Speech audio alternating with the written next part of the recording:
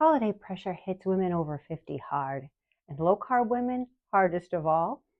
Before we get to the three places holiday pressure hits hardest, I do want to tell you about a moment this season that nearly broke me and what I did instead. But hold that thought. We'll come back to it.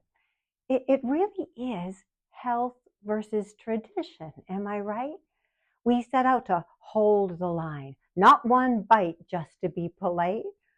But the holiday season is a tug of war. And yes, sometimes I feel we need to make a concession or two. Health versus tradition is real tension. And honestly, I am hoping that there are wise women out there listening to me now, especially those that are already living clean, low-carb lives. Those that have been living it for more than my 3 or 4 years. Help me navigate health versus tradition. Because look, we mature women have spent decades being the magic behind Christmas. Am I right? We're the ones who put the kids in their jammies and brought the mugs of hot cocoa with marshmallows to watch the Polar Express. We're the ones who baked the sugar cookies and mixed all that food coloring into the confectioner's sugar icing and let kids bury them in sugar and sprinkles. We're the ones pouring toffee for teacher gifts, baking cupcakes for school parties. We're the ones who made the tarts and the trifles for the family sing-along. For years, we have filled our homes with caramel and cinnamon, nostalgia. We built our holiday memories with love and a whole lot of sugar. And now that we are prioritizing health, now that we are eating clean, low carb, now that real food has given us ourselves back, well, the holidays can feel like a battlefield. Not because we stopped loving tradition, but because we finally know what all those processed holiday carbs are actually doing to our bodies and our brains. Ours and the bodies and brains of the people we love. And once you know, you cannot unknow. So if you are ahead of me, if you are already walking this clean, low-carb road, I would really love to hear from you. I would appreciate your wisdom, truly. And if you're here but not with me yet, if you're just wondering about what a life without sugar looks like, stay with me. You might as well hear the unvarnished truth about how better health can clash with beloved traditions. Okay, I want to walk through the three places holiday pressure hits me the hardest. And if I miss something, you tell me. I'm all ears. Let me begin here. Everyday life is easy, right? Even when my daughters visit or friends come for dinner or we host a little cookout, I serve exactly what I preach. Real food. Clean, low-carb food. What does that look like? For nibblies, I'll set out a cheese board with my homemade low-carb crackers. And for dinner, meat is the centerpiece.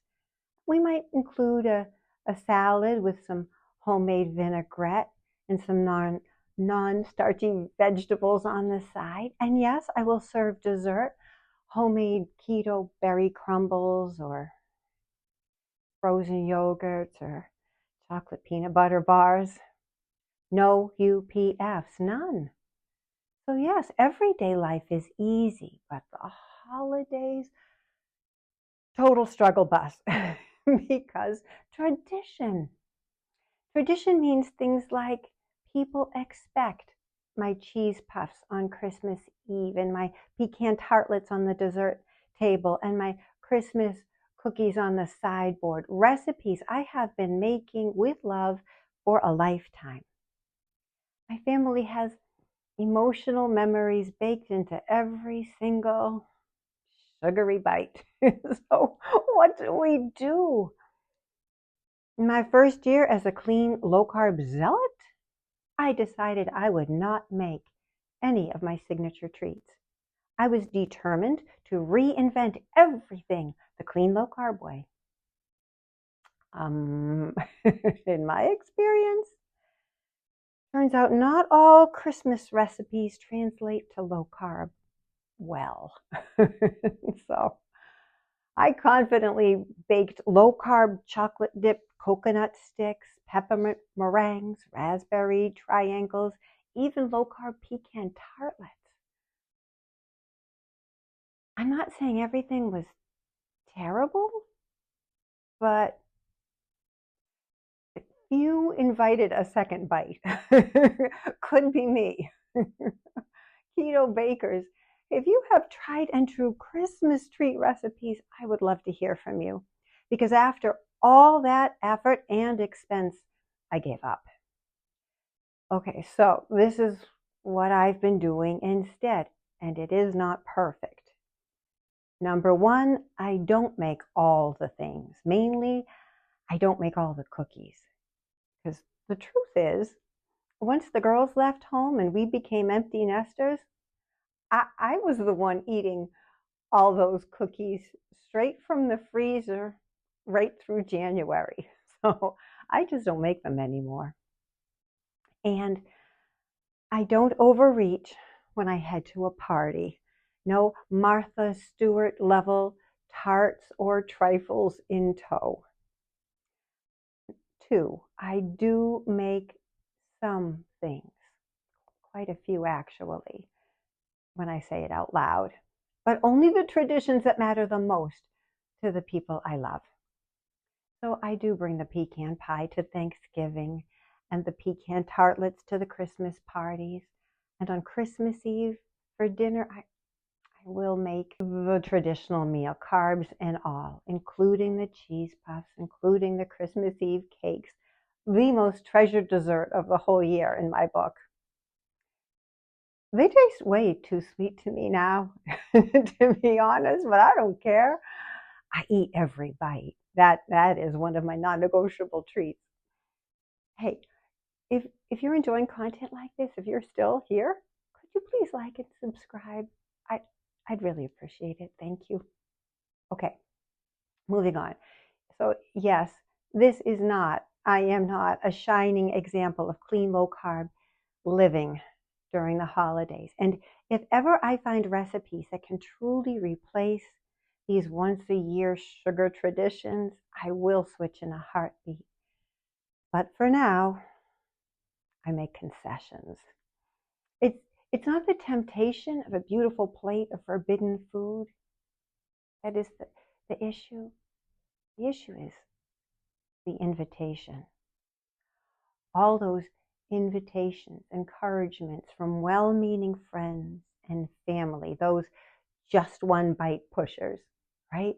The coworker with her famous fudge, the cousin beaming over her sweet potato casserole, the friend insisting, oh, come on, one bite won't kill you. How do you handle it? What do you say to these well-meaning friends?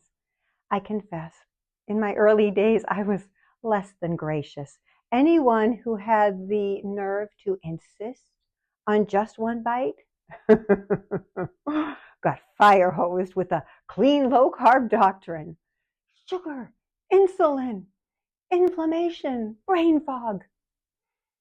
None of which they asked for, none of which they wanted, none of which they deserved. Yes, I want everyone to know the truth. I want everyone I love to stop destroying themselves with food. Hello, I've made this little channel. But a Christmas party? Not the time and not the place. So I have evolved. What do we do now? Again, I'd like to hear what you do. Mostly I say, oh, it does look amazing, but not just now, thank you. And if someone is persistent, I add vaguely.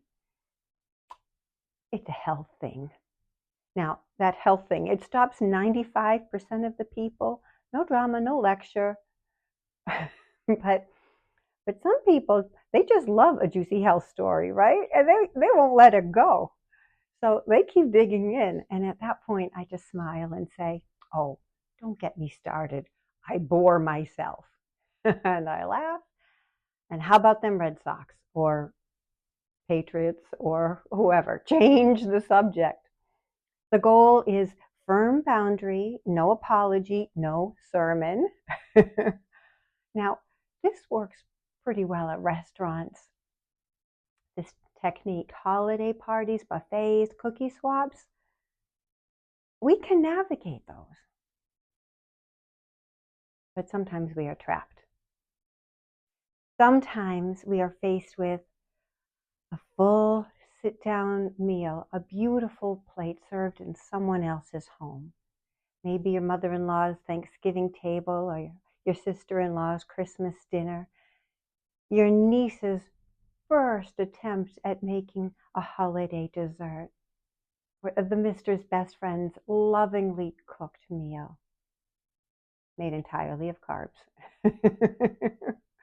There you are, sitting with nothing clean, low carb in sight. Even the meat arrives glazed in a sweet sauce. So what do? Scrape off the sauce?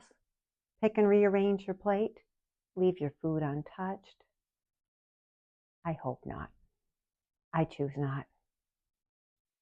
Before I tell you what I do, if you have found a better way, I genuinely want to hear it.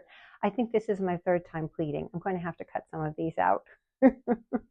Because in my opinion, all of these reactions feel like the height of bad manners.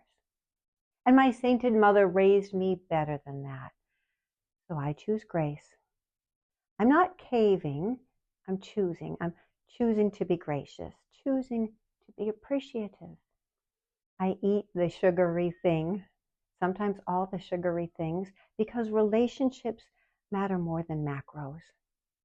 Honestly, I ate like this for decades. I can handle one more meal. Sure, my body will feel it. It is a small health sacrifice, but it's not forever.